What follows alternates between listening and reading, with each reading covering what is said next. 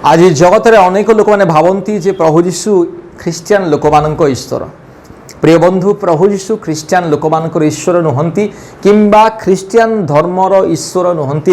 प्रभु जीशु सकल मानव जातिर ईश्वर, सकल सृष्टिर एकमात्र परमेश्वर, एकमात्र मुक्तिदाता, एकमात्र सृष्टिकर्ता, एकमात्र जीवनदाता, एकमात्र आरोग्यदाता, एकमात्र अनंत जीवन प्रदानकारी परमेश्वर, सकल सृष्टिर एकमात्र स्रष्टा, एकमात्र परमेश्वर। तेणु पिता पुत्र पवित्र आत्मा को छाड़िले ए जेते जहाँ जगत रे काल्पनिक देवी देवता अच्छा से मिथ्या असार से परित्राण ना, जीवन ना, से माने ईश्वर नुहंती। एथपाई ईश्वर को पवित्र वाक्य लिखा होची जिर्मिया तार 32 पर्वर तार 27 पद लिखा होची, देखो आम्बे सदा प्रभु समग्र मर्त्यर परमेश्वर, आम्बर असाध्य कि किछि अछि।